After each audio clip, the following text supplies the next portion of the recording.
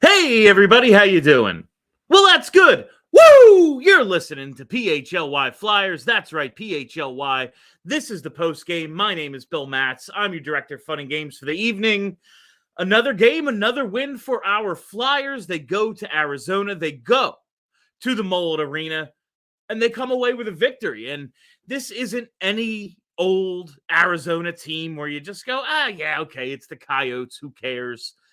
They were really good tonight, and Arizona has been good basically all season. Their last 5 wins, obviously, or their last 6, I guess, have been against the last 5 uh, Stanley Cup champs, and they've been able to win all of those. So obviously, by the transitive property, if they've beaten the last 5 Stanley Cup champs, and the Flyers then defeated them.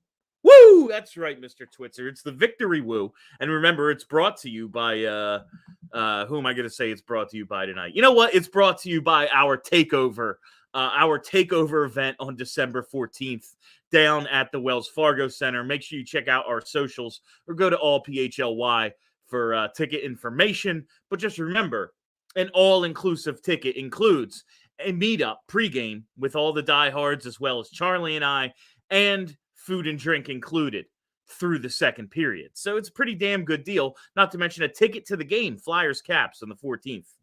Not bad. That's who our victory woo is brought to you by tonight.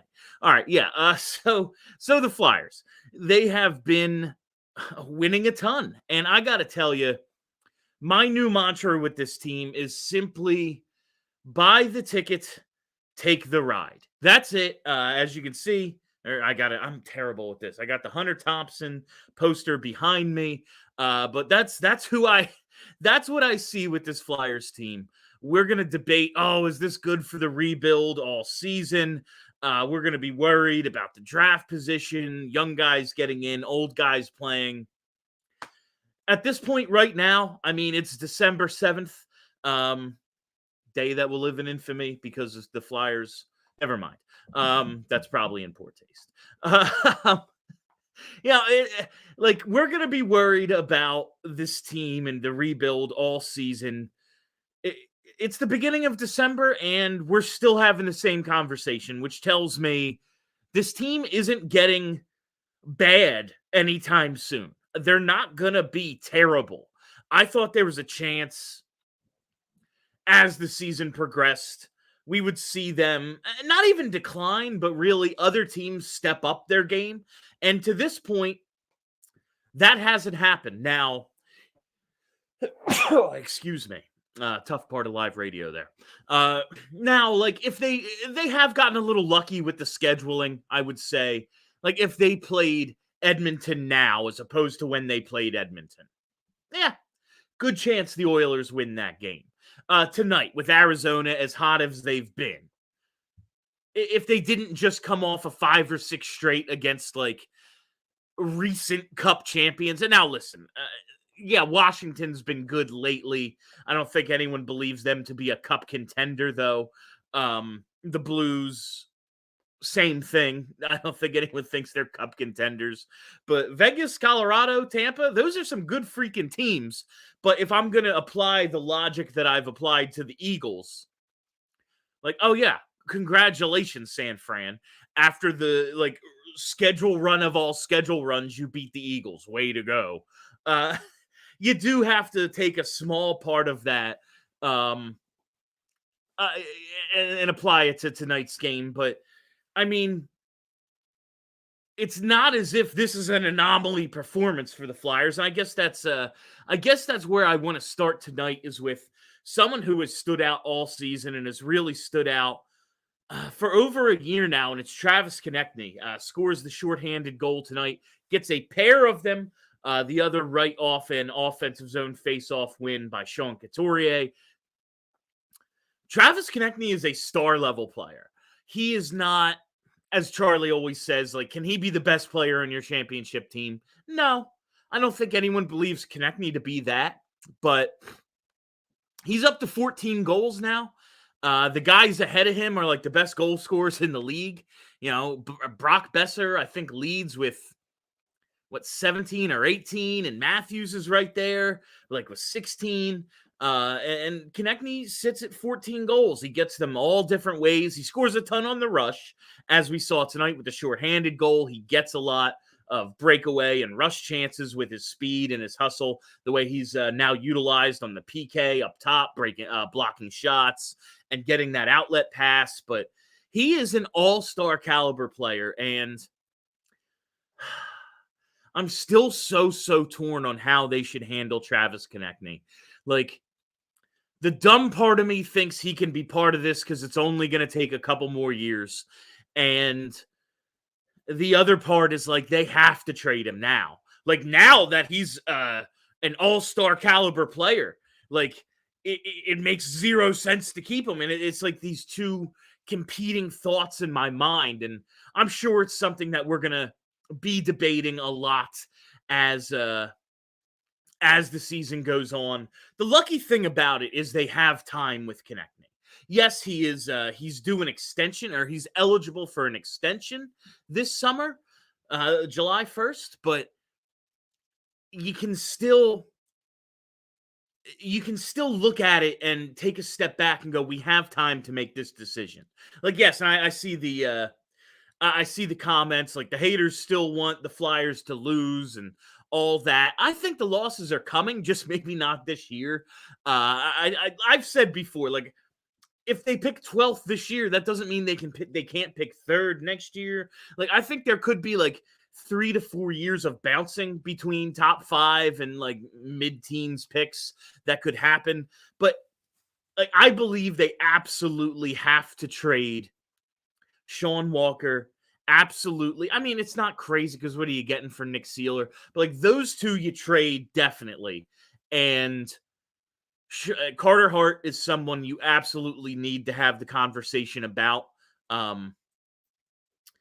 Yeah, this is the throwback Bill Mattson post-game in the basement. That's right. There's a lot of stuff, a couple of things around in the basement that are reminiscent of that old set from the Facebook days, from the where the hell else did we even do it? There were a bunch of different, I can't even remember. There was another like video platform other than Facebook, I thought, but whatever, we're off track. Travis Konechny is the guy that I don't think they have to rush on making the decision on. Now, once he doesn't say he wants to enter into negotiations in July, and you're like, we're still deciding. Well, I think he would kind of decide for you at that point, but I can't imagine. Yeah, he wants to hit free agency, right? So why would he sign an extension? Hockey players are always different, but it's the conversation we're going to be having with Travis Konechny, and I think it makes more sense than ever because he's now proven, like, this is who he is. He is a 30 to 40 goal scorer. He's not going to be in that 28 to 31 range, I don't think. I think this guy playing every day, if he plays all 82, he's a 40 goal scorer. And it's just a very complicated situation the Flyers are in. I love what I'm seeing on the ice because it makes me think this isn't going to take as long as I thought when Danny and Jonesy took over. And the other part of me is like, you know what that means. Excuse me. You know what it not taking as long means. You know that means they're only going to be able to reach a certain height. I'm trying to convince myself it's a bad idea for them to keep winning. It's bad for them to keep playing this well. It's bad for the veterans to have the impact they're having. I just can't, though. I just can't. And it really starts with Travis Konechny. And this is what a lot of the comments seem to be saying. They are kind of a team out there just having fun, and they're winning and they're playing off of each other. And like Travis Konechny kind of like, oh, we want to play with pace. We want to be pests out there. We want to be physical but skilled. Like, he is everything. Travis Konechny is the guy who kind of embodies what the coach wants them to be. I think other players could step into that role if needed. Owen Tippett could be one of them. there's a few like Joel Farabee could be another, but to this point, I mean, nobody even holds a candle to TK in terms of what he can do. So it's a really, really tough. It's a tough thing to decide. I never thought Winnipeg would be able to re-sign Hellebuck and Scheifele from Corey. Yeah, it's and it might not make a ton of sense for them to do it. Now, a market like Winnipeg, it always makes sense to at least make it seem like you're trying to compete because they badly need the money.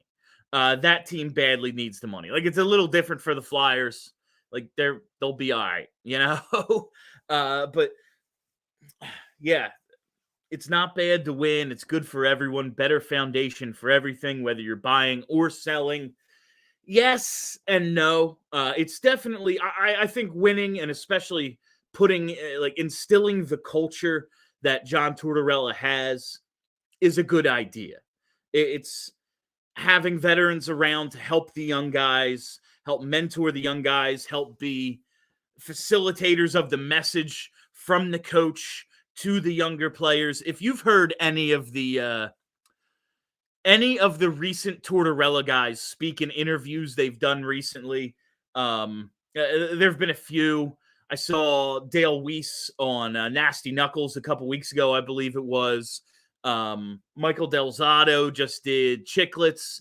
There have been a few. And the conversation seems to be like Tortorella cares deeply about his players, really wants to win, really wants to bring the most out of them. And sometimes his methods can get lost in translation and you need those guys around. Like, if you've listened to these interviews and still wonder, like, oh, why is Mark Stahl here? There's a reason. Why haven't they tried to move on from Cam Atkinson yet? Well, there's a reason for that. It's like he needs translators. He needs dudes helping him get his message across who maybe speak the language of the players a little bit. And it makes sense. So I get even wanting to keep Konechny around from that perspective. Like, here's an example of not just a great player who helps us win games, score a ton of goals, but a player who understands the message and is able to relay it to like younger guys. It's not as if Konechny's a 35-year-old vet. You know, he's still in his 20s. He's a young dude. He's matured a lot over the last few years, but he's a young, ridiculous guy still. So I'm leaning towards the idea that it just makes sense. That it just makes sense to keep Travis Konechny, which is crazy. I just saw a question. Who are my core four? Yeah, there it is. Bill, who's your core 4 or 5 for the Flyers currently? Well, Couturier, Konechny, Sanheim. I guess you have to include Hart for now. And then, I mean, Tyson Forster, because he plays on the top line. You can make an argument for Tippett. I think he's going to be here. Obviously, Scott Lawton, the coaches have a ton of confidence in Scott Lawton for sure. But beyond that, I don't see Scott Lawton here in the long term, even though they love him, they put the letter on him. I don't see Scott Lawton as a part of the next great Flyers team. He could be, but he doesn't factor into like my core 4 or 5, like I was just asked for. And these could change. They could definitely change. Like, if it becomes apparent they should trade Travis Konechny, obviously he's not there.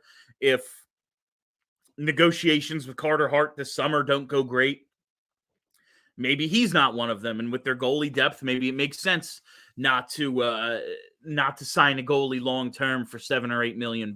But yeah,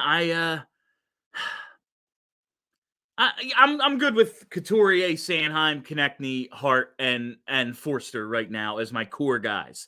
Someone just brought up York. Yeah, York looks like he's growing into the role. He looks like he's gaining confidence. It looks like it was smart to stick with him, even when we were all kind of like, yeah, he's been good, but he could be better.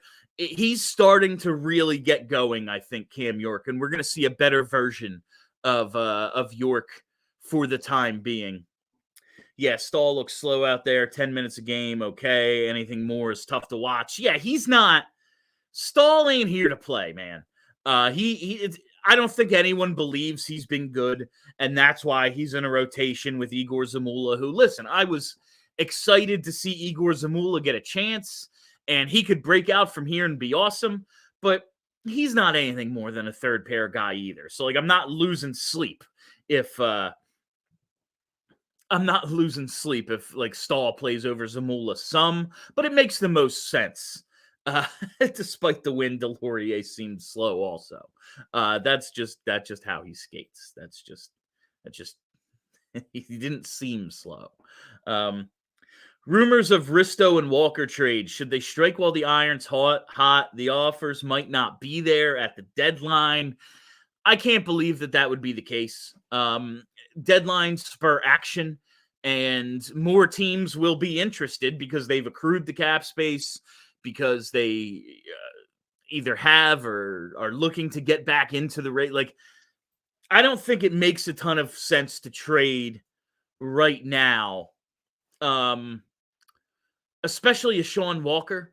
Rasmus Ristolainen, great, because he's got term left. Now, if it's Toronto calling and they want Risto and they want you to retain salary, you have to hold that. You have to hold them hostage over that. Like, you have to say, fine, we'll retain 40, 50%, whatever it is you need. But there needs to be compensation for that. I don't think teams at this time, I just can't imagine. I just can't imagine the compensation is as good right now as it will be at the deadline when more teams are involved. Like, that's it. More teams are going to be involved by then. So we'll see. If you can get out from under the Ristolainen contract, I'm all for it. But I just can't imagine anyone taking on, what's he got, like 2-3 years left at over $5 million? Toronto simply can't afford that. And if you're going to carry a retained salary for several more seasons, I don't see that working for anybody. So Toronto needs a hero on D by trade. Start feeding Risto some hero bread. Absolutely.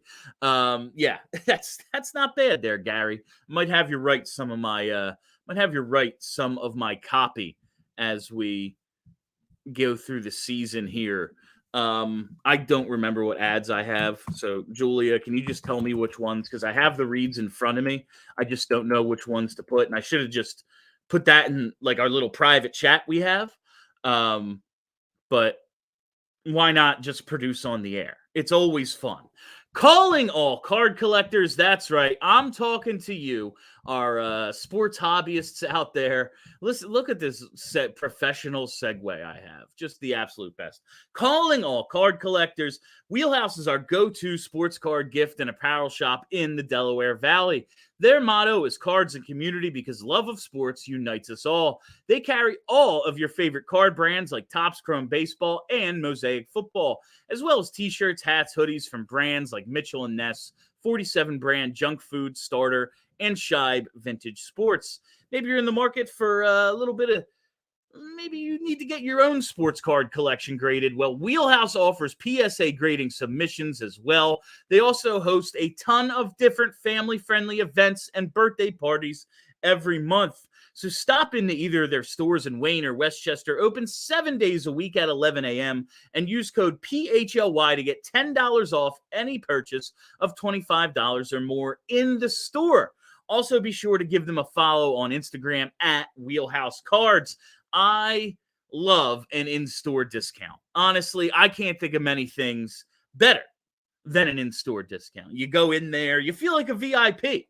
Like, throw that PHLY on there. That's right, PHLY VIP at Wheelhouse Cards. That'll be you. So thank you for that, Julia. Appreciate you telling me what I have to do on today's show. I guess we should get to Carter Hart. He has been awesome lately. Mentioned last time I talked with Charlie, Carter Hart hadn't been great as Samuel Erson has kind of emerged. So it's been a little up and down, the goaltending. Hart came in, I think, on a 4-game losing streak tonight. He was great again. And I've been talking about how Erson gives the Flyers more of a chance and they should get him in games more just so we can see more of him. If maybe he can be the number one, if they can move on from Carter Hart, whatever it might be. But from a Carter Hart perspective, while I am sure he going into a contract negotiation would like the I'm a 60 to 65 game starter kind of title on him. He's that dude. If he's a 55 game guy, but they are 55 better games because he's got a little bit more rest, man, I think that can benefit Carter Hart in the long run as well. I think Brian Boucher brought that up during the broadcast tonight, just how really good Hart could be maybe if he just had the proper rest in between starts. We've seen him. He's a guy who gets nicked up a little bit. He has to miss time with minor injuries. And listen, those could just all be fluke, different things, or they could be a result of playing a little too much and not having enough time in between games. He might just not be a 60 to 65 game guy, at least one who can do it effectively and remain healthy and consistent throughout a season. All goalies are going to have their ups and downs. It happens. But yeah, the handling the puck, he made a nice move tonight with the puck. He made a nice little deke, faked the guy out. I want all goalies. Obviously, we want the Flyers to win, and him handling the puck is antithetical to that. But just in general, I want goalies handling the puck more because it's generally chaos. Brodor's gone, so there's not that dude anymore who's, he's going to come out and mess up the forecheck, and now there's no action. No, goalies handling the puck means more action because they're mostly bad at it. So from a Flyers fan perspective, absolutely, he needs to handle the puck less. From a enjoying NHL hockey perspective, I wish there was no trapezoid. And if there was a trapezoid, I think it should be opposite. I think goalies should only be allowed to go into the corners, and they shouldn't be allowed to go directly behind the crease and net. That's how if there has to be a trapezoid, I think it should be enforced oppositely. But no, Hart's been really good, and very interested to see how this tandem kind of plays out now as the season rolls along. We're seeing a maybe better rested and then more effective Carter Hart, and we're just seeing the best of Samuel Erson thus far. His first couple of starts, they were so bad, but he's been great lately. And yeah, that's something I want to bring up with Charlie is the road record. They're 6-4-1 on the road, 6-6-1 at home. I mean, really, it's just they've played a couple more games and happened to lose them. But they have seemed to play just better overall on the road, San Jose notwithstanding. But speaking of better on the road, now he's great all the time. Let's get to him. Ladies and gentlemen, Philadelphia's #1 hockey beat reporter, it's Charlie O'Connor. Charlie, can you hear me? I sure can, Bill. Can you hear me? Take yes. one. Julia is the best in the business. Don't tell all the other producers that I say that about them when they're doing it. But Charlie, first of all, I got to ask about the Mullett because it's what the entire broadcast was about tonight. Fair. Mullett Arena, were you there last year or was this your first trip? This was indeed my first trip. So I've never done this before. I was not on the road last year when we went to Arizona. Look, it was pretty cool. Honestly, I think the big thing, and I think I tweeted this out during the game, the big thing that really stood out to me is you can just tell how fast these guys are. Much easier when you're watching because the way that the arena set up is essentially where the press box, and I put that in quotation marks. The press box is right behind what would be the 100 level of the Wells Fargo Center. So you're basically, it's as if you're standing at like a standing room only seat at the back of the 100 level. That's all it is. And because of that, you're really, really close to the ice. And you can just see how fast these guys are. Like, not everybody. Like, Sean Couturier doesn't look that fast because he's not that fast of a skater. But when you see, like, Travis Konechny, especially tonight, because he was everywhere tonight, when he just gets a burst, or when Owen Tippett's flying down the wing, it's really, really obvious just how quick these guys are. And you think to yourself, man, I can see how, like, a defenseman can get turnstile by a guy like that, because it's not that you can't tell the guys are fast from up top. You can, but it just doesn't seem as sudden as it does when you're close to the ice surface. And you can see how that speed can really surprise and overwhelm opposing defensemen when you're up that close. That was really cool. That's because we've talked a lot. Like, I really appreciated when I was up in the press box, the view of the game from up there, really seeing the full ice. Like, is it a different evaluation process for you? And what was the atmosphere like? Just, it seems like it would be a cool place to catch an NHL game, but also kind of weird because it's a like 4,500 seat arena playing, one of the biggest sports in the world. Sort of. Yeah, it was pretty cool. I mean, one thing that was honestly kind of funny is that the Let's Go Coyotes is very similar to Let's Go Flyers. So in the beginning of the game, I thought they were chanting Let's Go Flyers, and I think what it was is that both fan bases were chanting chanting at the same time, chanting the same thing, essentially, like the same sounding thing, but it was majority Let's Go Coyotes. However, there were a lot of Flyers fans came to this game. Tons of people in orange and black. At the end of the game, there were quite a few EAGLES chants, which was appreciated. I got a kick out of that. But on the whole, I would say the atmosphere was good. It was definitely loud, just because everybody's so close to the ice. It's pretty packed in. That the roof is pretty low. I'm looking at it right now, and it's a cool environment. You can easily tell, that this is a college arena. It's basically just the first half of an arena without the mezzanine level. You mentioned the speed of Sean Couturier, kind of in jest there, but I saw the pregame talk with John Tortorella today, and you asked if, Sean Couturier not quite there yet. What's he still missing? He said the pace of the game. What did you make of his comments about Couturier and his, he's played 23, 24 games in his return. What did you think of Couturier tonight and what Tort said about him pregame? I mean, I thought Couturier was fine. I think Couturier's been fine. I get the sense, truthfully, that Tortorella's big issue, I don't even call it an issue. Like, I think he's happy with the way Couturier is playing.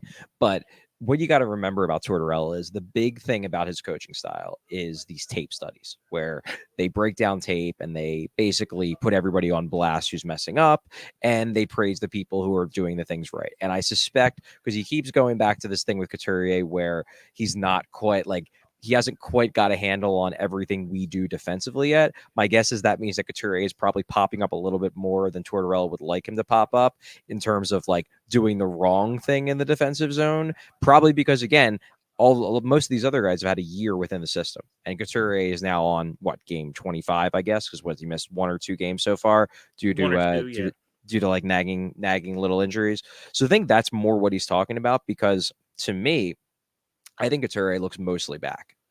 One thing that I thought was really reassuring was, and granted, the Joel Farabee goal ended the streak pretty quick, but the last 2 goals, the final goal in the Pittsburgh game in overtime, and then the first goal in this game, both came off of face-off wins from Sean Couturier. And that's been one of the things that's legitimately been a weakness thus far for Couturier. He came into the season, you thought he was going to like single-handedly sort of fix the face-off problem. And I'm not saying face-offs are the most important thing in the world, but it's nice to have a guy who can win 54, 55% of them.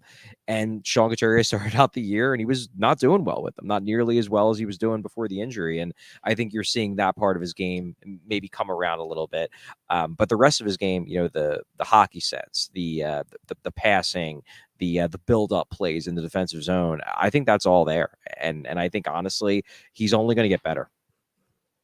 Yeah, no, I agree. I did think it was a little funny, and this could just be Tortorella being Tortorella, but he might not agree that there's as much wrong with his game as I think there is, and it was just like, You're challenging him a little bit, aren't you? A little bit. You're just, A little bit. you're just poking a guy who you didn't get to poke last year, which I'm fine with. It was fine. The newsy thing that happened ahead of today's game, just early, Ryan Poehling, a late scratch, and then Ollie Lixell, who we weren't sure was actually even going to get any time on this trip, but he was along because they needed an extra forward. He draws in, only plays, I have it 6-11 tonight. What did you make of the decision to bring up Lixell and then not really have him a part of it? Is it simply because like he didn't get time to practice with anybody, so you kind of shorthanded yourself? What did you think of all the Lixell situation? Well, I mean, the reason why Lixell came in was because Ryan Poehling is sick. And from what Kevin Kurtz told me, who covers the team for The Athletic, apparently there's been a little bit of an illness going through the team. So I think Poehling probably just got it at the worst possible time where he wouldn't be able to play. So number one, it wasn't expected that Lixell was going to go in. And you could see that by the fact that, he in the warm-up skated at center on the fourth line. And you're like, well, crap. He's not a center. He's a winger. He's played center a little bit in his career. He's primarily a winger. And I was thinking, man, are they really going to throw this guy to the wolves and put him at center on the fourth line? Well, it turned out what they did is they basically used Scott Lawton on the fourth line and had Lixell check in here and there in the top nine. He rotated a little with Bobby Brink. But we asked Tortorella after the game about it, and he basically said, look, he strongly considered going with 7D in this game, that it was something that he legitimately thought about. But he decided, you know what? Lixell's worked hard in practice. He's up here with the team. He's on this trip. I want to reward him with at least some ice time. But he told Lixell coming into the game, like, look, don't be surprised if you don't get a ton of shifts, but I'm going to get you in there. I'm going to find a way to give you some NHL action.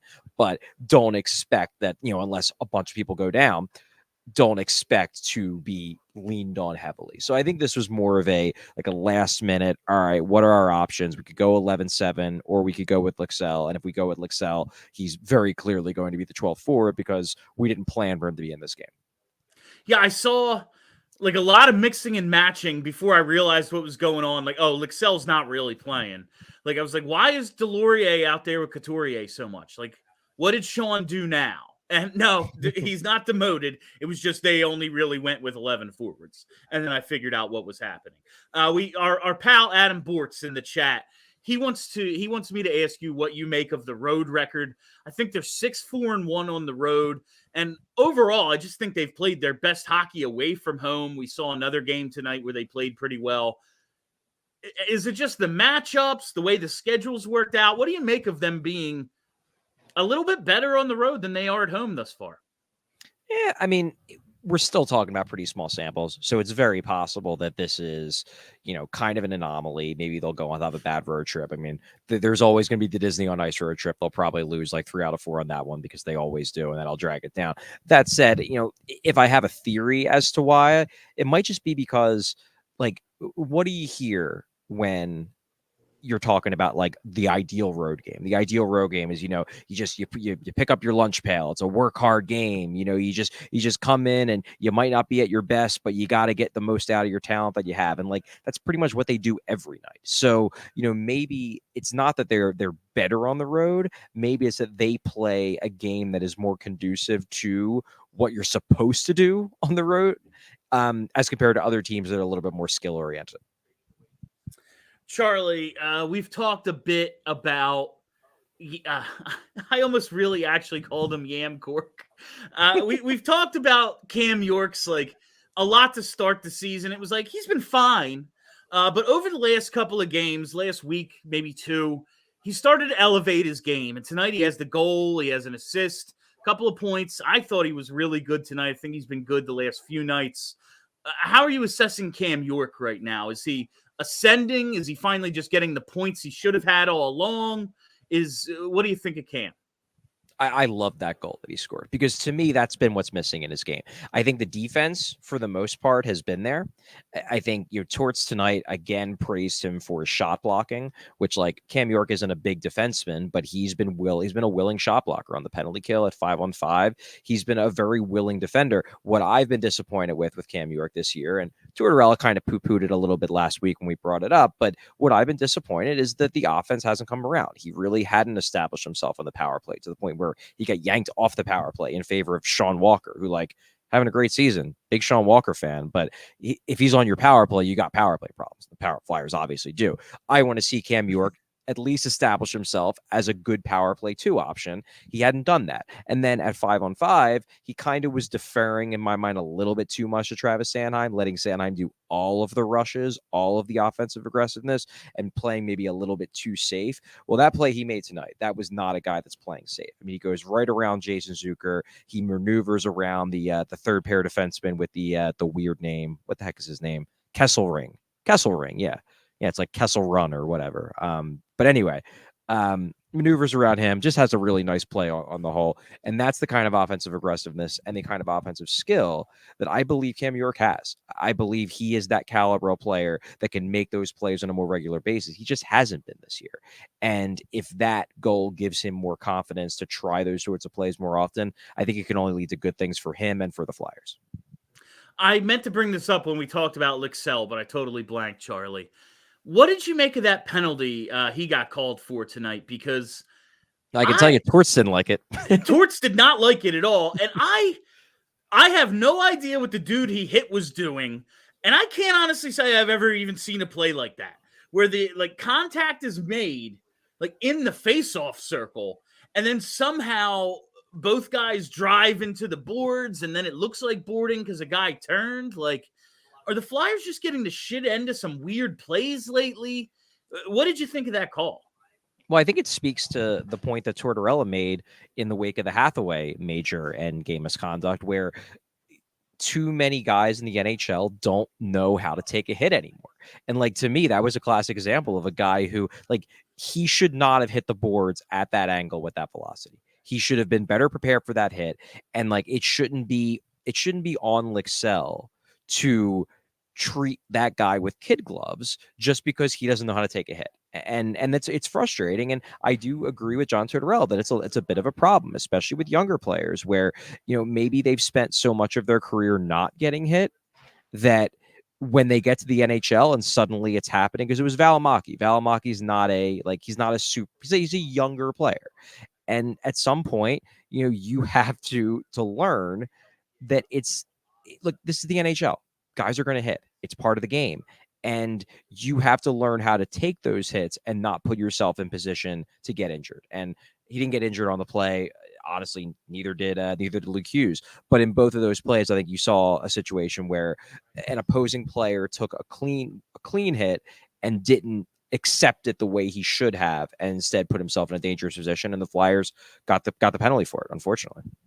We just had a comment that I made in real time during the game.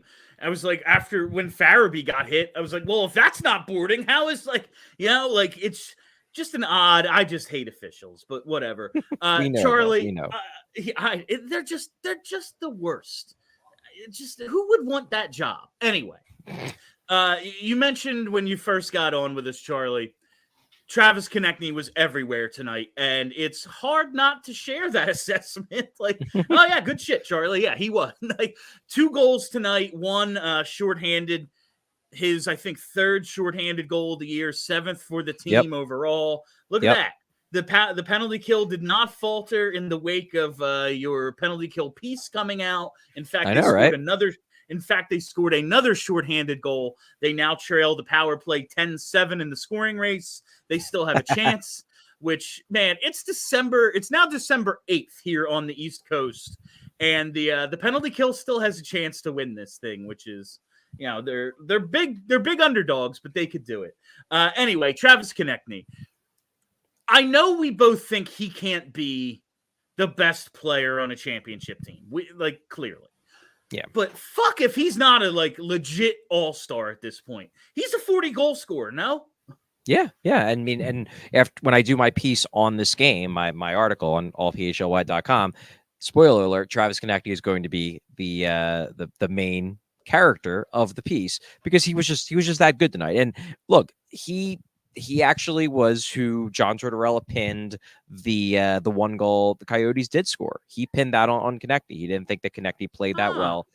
Probably because Konechny didn't get the puck deep when he should have, that Konechny was instead trying to go down the ice to score a shorthanded goal, which he later did, in the next period. But basically what Tortorella said is, look, like, Konechny's going to do some things that tick me off. He's going to frustrate me at times, but I need to accept that because Konechny is also going to do a bunch of really great things, and he's going to, in aggregate, he is going to outweigh all the bad things he does because he's just that dynamic of a player. I thought tonight he was all over the place. Obviously being closer to the ice made it more obvious to me of just how quick he is, just how quickly he gets on defenders and forces them to make a decision without the puck or with the puck if he's coming in on the forecheck. No, Konechny's been great. Konechny, over his last 86 games, this is dating back to the start of last season, I believe he has something, hold on one second, I had this stat up. So it is 45 goals in his last 86 games, which pretty darn good. We're talking about, as you said, a 40 goal scorer over the last 46 games, or over the last 86 games. So basically 82. And even if you cut that down, it would still be over 40 if you do the pacing.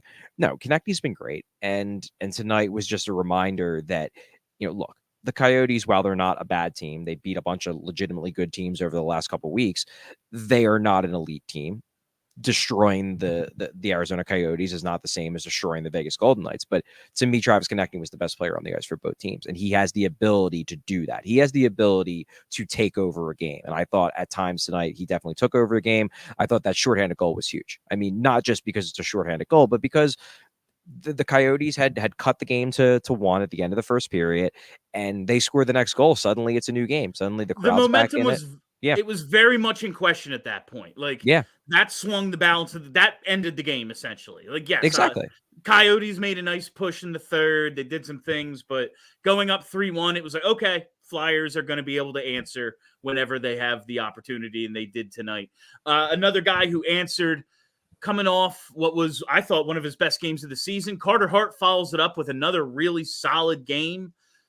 Brian Boucher, during the broadcast, we've talked so much about, like, should this be more of a tandem situation?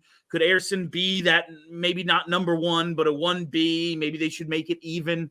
But from a Carter Hart perspective, I've thought that's the last thing in the world he wants, because going into a contract negotiation, he wants to label, I'm a 60, 65 game starter. Like, that's who I am. But if he can be more effective because of the rest he's able to get, maybe not have another IR stint this year, and just be a little bit more consistent because he gets a little bit more rest, that's beneficial too. Do you think that's been a big part of what we've seen from him lately, or is it just like he's usually pretty good? Yeah, I mean, I think he's usually pretty good. I do agree that, this game was strong. I didn't think he faced a ton of super high quality chances tonight, but he did his job. He made the saves that he needed to make. It's not like he had really any chance on that Lawson Krause goal. So I'm not gonna pin that one on him. He just did his job. And the Pittsburgh game I thought was a little bit more a situation where he actually did sort of steal that game a little bit. The Penguins got a lot of quality chances and he made a lot of monster saves. This was a little bit different. He just had a perfectly solid, workmanlike game. Look, I don't know if it's the extra rest. If I have a theory, I think there might be a little bit of looking over his shoulder. He sees that Sam Ersson since the start of November has been playing really well.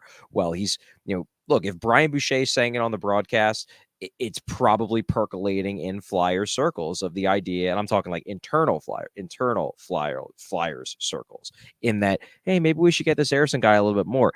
Hart doesn't want to give up that net, and he shouldn't. There's nothing wrong with good internal competition. And I do wonder if maybe, just maybe, there's a little bit of extra motivation because he knows, really for the first time in his career, he has a backup goalie who isn't significantly less talented than he is. And he might need to play even better to fight him off and keep his role. No, that's something. It was whatever our last show together was, Tuesday morning, I think, when we talked about the idea of the tandem. Like, he's never had competition. They've gone out of their way to make sure there's never been a question. And there still really isn't. Like, yeah, Ersson could play his way into some more time. And in a couple of months, perhaps we're talking about a 1A, 1B situation. But this is the first time it's ever even been brought up. And it's the first, I mean, even before him, Let us not forget Brian Elliott a few years ago, starting every game in the month of December. Like, we haven't had two viable goalies healthy at the same time in like 8 years. Like, it's been a while, so it's nice to see. We're gonna get into this a bit tomorrow. I think Kelly will be joining us perhaps while you're still remote, but you're going to be on the show as well. But some rumors really starting to get going, and I know we talked about this. What does every editor want? What does every what does every company want? They want trade speculation because people fucking love trade speculation. Well, Charlie, I'm people, and I love trade speculation. Oh, the Toronto Blue Jays, got Ohtani on the mind, Charlie. Yeah, right. The Toronto Maple Leafs, how does this affect the Leafs? They are in pursuit of a defenseman. They lost out on Nikita Zadorov, and obviously, if you can't get the one tall guy, you go for the other one. Rasmus Ristolainen's name is coming up. I guess it makes sense because they're looking for that playoff snarl. And so Sean Walker, maybe not their top of their list. They're looking for more of a physical guy than an offensive defenseman. But when I look at cap friendly, there's almost no way to make Rasmus Ristolainen work on the Leafs, especially with the term he has remaining and Willie Nylander needing a contract. All signs to me point towards Nick Seeler to Toronto. Are you hearing like anything up at the press box of speculation? Is this just like a media creation? What do you think could be going on? Like, do you think anything happens with this blue line before February? I could see January. I don't think anything's going to happen before the end of the calendar year. And I think that's something that needs to be understood by people, is that like at this stage, this is what we call like kicking the tires. This is when GMs are calling other GMs or shooting them texts or in like some sort of, email chain where it's like, who might be available? Okay, would you potentially be willing to trade him if, a month or two down the line, you guys are selling? And Danny Brière's like, yeah, we'd be open to it. I think the thing with Risto and why I don't see a scenario where anything like that would happen now is because I think they would consider trading Ristolainen if and only if they keep Sean Walker. And like, because I think that's part the reason why they're open to the idea of maybe talking about Risto, is this idea of, if we re-sign Walker to like a 2-3 year deal, then do we really need Ristolainen as our third pair right side defenseman? Because I think they're pretty much locked in on the Sanheim on the right side thing, at least for now. Do we really need a third pair defenseman at $5.1 million who's not going to get that much ice time in the grand scheme of things just because of the way the rotation goes? I think that's probably the thinking.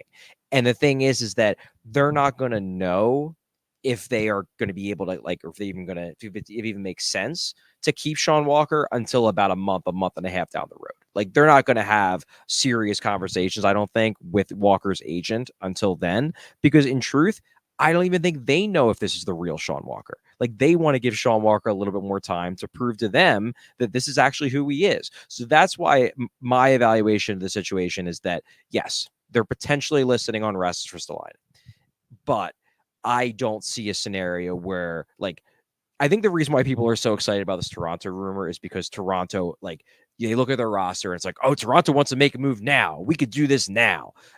I just don't think that's something the Flyers are going to do. I think the Flyers are perfectly content to wait this out, which, by the way, was exactly what Elliot Friedman said in his rumor. It's just that part gets left out about what people talk about on Twitter. Oh, absolutely. And like on the Marek show today, I'm sitting there like, and they're just discussing the feasibility. And Marek is like, at the end of it, doesn't Nick Seeler make sense? And I was like, yes, that's what I've been yelling at you, cell phone playing podcast. Like, I wanted to say radio, but like, I don't own a radio. Charlie just mentioned kicking the tires, planning ahead, seeing what's a possibility as I kick the table that my computer's on. You know how it is making plans with your friends. Like, you want to try to get a dude's night or something, go out to the game. It's impossible. You can't make any plans until the day of. And then it's like, okay, who's available? Let's do it. Well, Game Time is the perfect app for that because buying tickets to your favorite event shouldn't be stressful. Game Time is the fast and easy way to buy tickets for all the sports, music, comedy, and theater near you with killer deals on last-minute tickets and their best price guarantee. You can stop stressing over the tickets and start getting hyped for the fun you'll have. Game Time is the place for last-minute ticket deals. Forget planning months in advance. Game Time has deals on tickets right up to the day of the event. Get exclusive flash deals on tickets for football, basketball, baseball, concerts, comedy, theater, and more. And the Game Time guarantee means you'll always get the best price. If you find tickets in the same section and row for less, Game Time will credit you 110% of the difference. So snag the tickets without the stress of Game Time.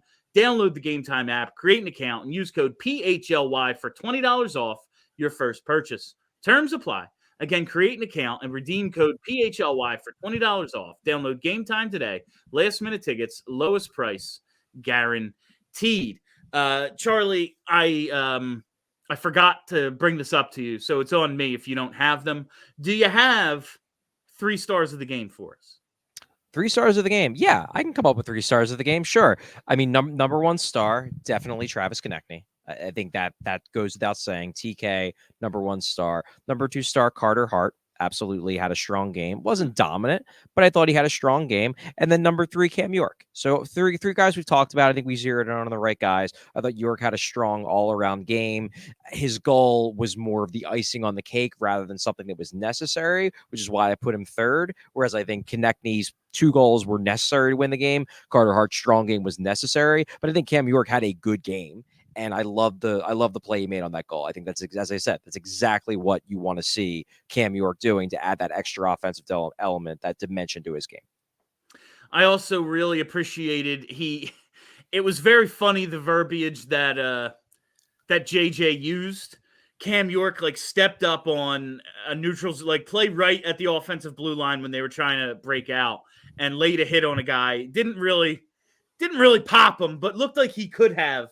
And JJ just goes, "Oh yeah," and lays his weight into him. And I was like, "Yeah, that's why they want to put on a little more weight, JJ." But speaking of that, did you see that play? I know it didn't end up amounting to anything, but Owen Tippett blasting through the neutral zone, and the guy tries to hit him, and Owen Tippett won. That was great. The Tippett looking like fucking Peter Forsberg hit. Yeah, I absolutely saw that. I came up off the couch. I scared the shit out of my dog. That was probably the highlight of the game for me. I'm glad you brought it up, Charlie. Yeah, it was. They are a pretty fun team to watch right now. Tonight wasn't even the most eventful game, but they just do interesting, fun things. The way they play, especially on the penalty kill. Again, got to tell you, you must read Charlie's article on the penalty kill. And before I forget, the 3 stars tonight of Charlie's brought to you. No, we did not sell the segment yet, but they are brought to you by our Die Hard sale. That's right. You wanted it. You got it. 1 week, we are discounting the PHLY Die Hards subscriptions, the memberships, $20 from $79.99 down to $59.99. So make sure if you were maybe there'll be a sale, I'm not quite sure if I'm ready to jump in yet, do it right now. $59.99 to get aboard, and you get everything, man. If you're I want to go to that PHLY Flyers takeover. That sounds like a good time. Guess what? It's going to be a great time, and you'll get a discount on tickets after you sign up. So make sure you do both. I don't know how else to sell it. You get Charlie's stuff, which is outstanding, plus all the Die Hard benefits. You get to jump in the Die Hard Discord and harass Charlie until he gives you answers. I jump in there now and then. There's all sorts of benefits. I can't even think of them all. But Charlie, you got anything else? Yeah, I'm actually in the process right now of working on our monthly mailbag. So tomorrow at some point, hopefully, will be the all access version. Everybody can read it. And then Saturday, my plan is to have the Die Hard version of the mailbag, which is in our Discord, which you gain access to if you become a Die Hard member. It basically guarantees that you're going to get your question answered, regardless of how dumb it is. I'll answer it and I'll put it up on the website. So that's a perk for you if you're in the Discord. Drop questions in. I've already locked in, so we're done now. No more questions for this month. But if you become a Die Hard member, January, you can get your questions in for the Die Hard members only part 2 of the mailbag, which should be out Saturday or Sunday at the absolute latest. I'm going to log in with my mom's Die Hard account and ask you the dumbest question I can possibly think of. Yes. Doesn't have to be Flyers. You could ask me a question about anything. That's how I'm going to wrap this one up, Charlie. It is now like 9:35 there in Arizona. Is that right? 10:35. Oh, okay. All right. I don't really know the time zones all that well, or really geography at all. 10:35. That's in the business. 10:35 Thursday night. What are you doing after this, Chuck? You going out? You partying with the boys? What's on the agenda for Charlie O'Connor now that the game has ended? I cannot wait to have a blast of a night back in my hotel room, wearing my sweatpants, writing about this game and about Travis Konechny. Cannot wait. And then I have an 8:40 flight tomorrow morning, so I'll be up early heading to Denver. That's who this man is, ladies and gentlemen. That's why you need to become a diehard, because he's just dedicated to the craft. If this was me out there, I probably wouldn't even be on post game. I'd be like, oh, connection issues. But Charlie, a man of the people and a professional journalist, thank you very much, Chuck. We're going to wrap things up, but that'll do it for you. So go out, have some fun. Have one beer for me, my friend. All right, you got it, Bill. All right, take it easy, Charlie.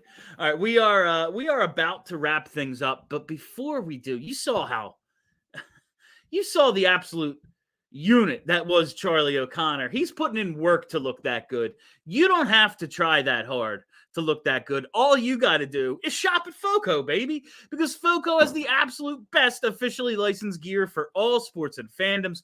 Whether you're looking for team apparel for the season ahead, they've got overalls, hoodies, hats, sunglasses, bags, anything you need for game day, or maybe you need some accessories, toys, or collectibles for your man cave, she shed, or podcast set, or whatever the hell you want to call this little area of my basement right here. It's basically that.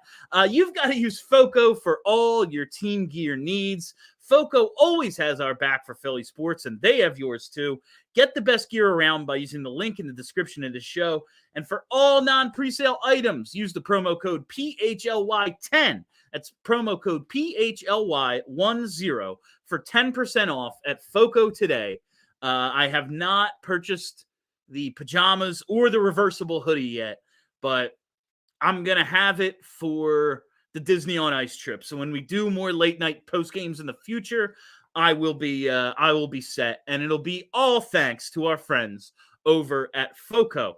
All right, that will do it for us tonight. Thank you all for listening. Thank you for hanging out. If you haven't already, you got to hit that subscribe button. Follow us right here on YouTube. Never miss a live show. You know how to find the podcast. It's PHLY Flyers. Follow us on social. Never miss any of our updates. Find out how to get the tickets for the takeover, all that stuff there, all of our links, everything. We put it up on Twitter, so make sure that's good. All right, that'll do it for me. For Charlie O'Connor, I'm Bill Matz. Have a great week, Philly. We all silly like the mayor.